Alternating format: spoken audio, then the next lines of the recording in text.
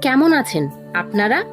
জিজ্ঞেস করার কারণ হলো আজকের সময়ে আশেপাশে যে কাউকে দেখুন দুঃখী, অস্থির, ভাবে যে পৃথিবীর সব দুঃখ তার জীবনে, সব থেকে বেশি সমস্যা তার জীবনে।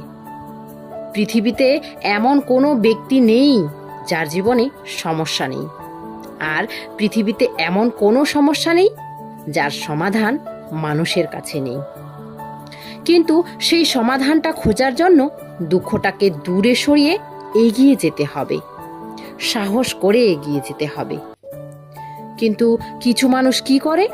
মাথায় হাত দিয়ে এক কোণায় বসে নিরাশ হয়ে নিজের ভাগ্যটাকে গালি দেয়। এমনটা কখনোই করবেন না।